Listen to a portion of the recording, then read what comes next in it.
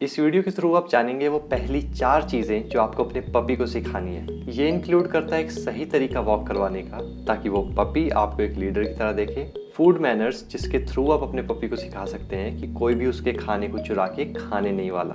उसका नाम, क्या नाम है आपके पपी का, मुझे मत बताइए, उसे ये कैसे बताओगे, ये इस वीडियो के थ्रू समझना। और फाइनली ओबीडियंस ट्रेनिंग में उसे सिखाएंगे बेसिक कमांड्स, जैसे कि सिट, डाउन, स्टे और कम।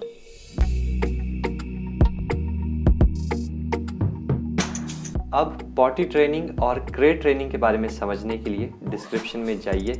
वहाँ पे 2 लिंक्स हैं मेरी ही वीडियो के, लेकिन वो वीडियोस पब्लिकली अपलोडेड नहीं है यूट्यूब में। आप अपने पपी को वॉक करवाते हो या एक पपी आपको वॉक करवाता है? वेल, जिस तरह से लोग अपने डॉग्स को वॉक करवाते हैं, देख के लगता है कि उनके डॉग्स उन्हें वॉक करवा रहे हैं। अगर आप बहुत ज़्यादा स्ट्रेस, एंग्जाइटी, फियर, फ्रस्ट्रेशन या नर्वसनेस के साथ वॉक करवाते हैं, तो ये चीज़ पपी को मजबूर करेगी आपको खींचने के लिए। डॉग्स के लिए ऐसी एनर्जी भरोसे लायक नहीं है। अब उसे थोड़ी नहीं पता है कि आपके साथ पास्ट में कुछ हुआ था या फ्यूचर में कुछ होने वाला है, जिस वजह से आप इस तरह से फील कर रहे हो। पपी को वॉक करवाती बार आपको शांत और कॉन्फिडेंट रहना है। अब वो आप कैसे रहोगे, प्लीज़ खुद से पता करो या फिर सब्सक्राइब करो, ताकि आपको पता चल जाए जब मैं वीडियो डालूँ इस टॉपिक से रिलेटेड। सिर्फ 2 उंगलियां लीश को पकड़ने के लिए काफ़ी है। आपको टाइट इसलिए नहीं पकड़ना क्योंकि वो पपी खींच रहा है, क्योंकि आपने टाइट पकड़ा हुआ है, इस वजह से वो पपी खींच रहा है। उसे भागने से रोकने के लिए ऑब्वियसली में थोड़ा सा प्रेशर लगाना पड़ेगा, लेकिन एक बार वो रुक जाए तो उसके बाद रिलैक्स भी तो हो जाइए। जब हम टेंस्ड होते हैं तो हमारी सांसें छोटी हो जाती है, लेकिन अगर आप लंबी गहरी सांस लेंगे तो सब टेंशन गायब। वॉक करवाती बार मेक श्योर आपके शोल्डर्स अकड़े हुए ना हो और आर्म्स रिलैक्स्ड हो।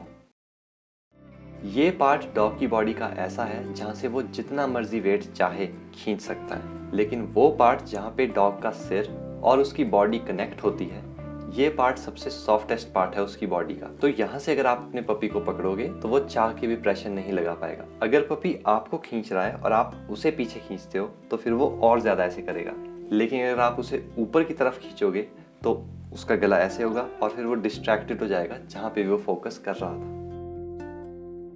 डॉग के ब्रेन का 60% पार्ट उसके नाक से कंट्रोल किया जाता है। तो वॉक करवाती बार अगर उस पपी के पास बहुत ज्यादा लीश है तो ये फिर उसे अलाउ करेगी कि वो ग्राउंड स्मेल कर पाए, और एक बार उसका नोज किसी जगह पे एंगेज हो गया, उसके बाद आप चाहे वहां रहो या ना रहो एकदम बराबर है। लेकिन एक बार लीश सही जगह पे है, उसके बाद वो ग्राउंड को स्मेल कर ही नहीं पाएगा।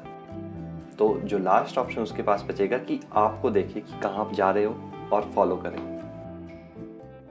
जब एक डॉग या किसी भी जानवर के पास खाना होता है तो अब वो जिएगा या नहीं जिएगा डिपेंड करता है कि क्या वो खाना खाएगा या नहीं खाएगा। तो सरवाइव करने के लिए हर एक जानवर प्रोग्राम्ड है कि वो अपने खाने को प्रोटेक्ट करे कि कहीं वो चोरी ना हो जाए।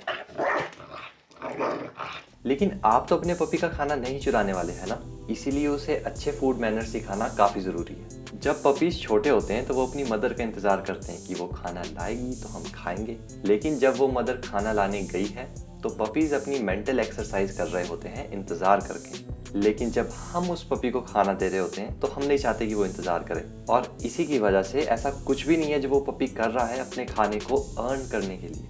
तो ये करवाने के लिए जब भी आप अपने पपी के लिए खाना बना रहे हैं, मेक श्योर उसे अपने आप को देखने दें कि आप क्या कर रहे हैं। और जब आप उसे खाना दे रहे हो, मेक श्योर वो उछल कूद या इधर उधर भागना या खाने के लिए रोने वाले बिहेवियर्स ना करें। अगर वो कर रहा है तो आपको बोल को जिसमें डॉग फूड है उसे लेके सिंपली खड़े हो जाना है और इंतज़ार करना है जब तक वो बंद ना हो जाए।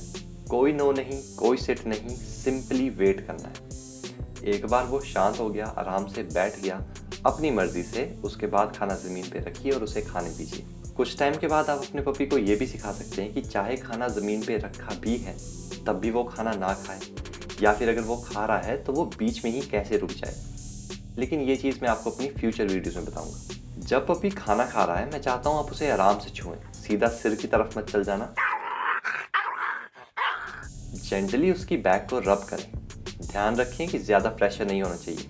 कभी कभार आप थोड़ा सा खाना अपनी हथेली में रख सकते हैं और उस पपी को अपने हाथ से खाना दे सकते हैं। डॉग्स एक दूसरे को नाम से नहीं जानते, वो एक दूसरे को स्मेल करते हैं। तो मैं चाहता हूँ कि आप भी अपने पपी को स्मेल कीजिए और उसे दिमाग में बिठा लीजिए। सिमिलरली उस पपी को भी अलाउ करें कि वो आपको स्मेल करे। जिस तरह से आप किसी इंसान को बुलाते हैं, सेम उसी टोन में अपने पपी का नाम लीजिए। Where is he? Yes. या फिर अगर वो आपके साथ बैठा है तो उसका नाम ले, जैसे कि आप उससे कुछ बात करना चाहते हैं। Wally. अगर वो आपकी तरफ देखता है या बुलाने पे आ जाता है तो उसे ट्रीट दें और प्यार करें। आप इस चीज़ को दिन में कितनी भी बार प्रैक्टिस कर सकते हैं। उस टाइम पे जब आप अपने पपी को कुछ ना करने के लिए कह रहे हैं या हल्का सा डांट रहे हैं, उस टाइम पे उसका नाम यूज़ मत करें।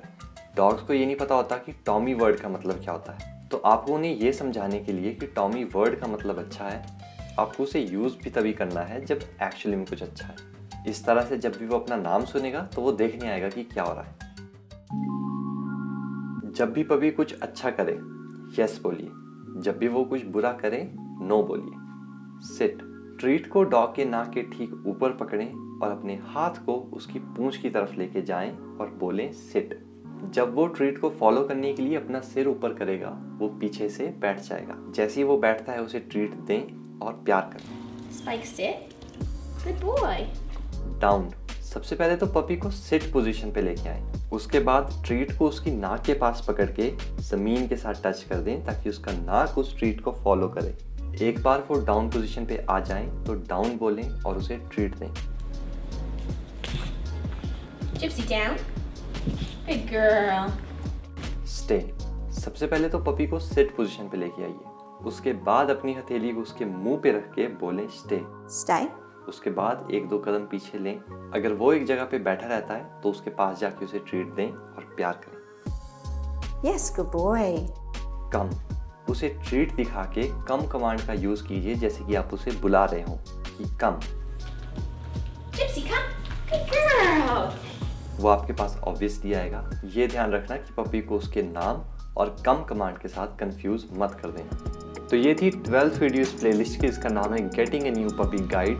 ये प्लेलिस्ट एक गोल्ड माइन है उनके लिए जो सोच रहे हैं एक पपी लेने का या फिर एक अभी पपी लेके आए हैं। हर वीडियो को बनाने के लिए घंटों की रिसर्च लगी है ताकि आपको सही इन्फॉर्मेशन मिल पाए एक एंटरटेनिंग वे में। अब ये सब करने की वजह से भी अगर आप सब्सक्राइब नहीं करोगे तो मुझे नहीं पता कि कैसे करोगे।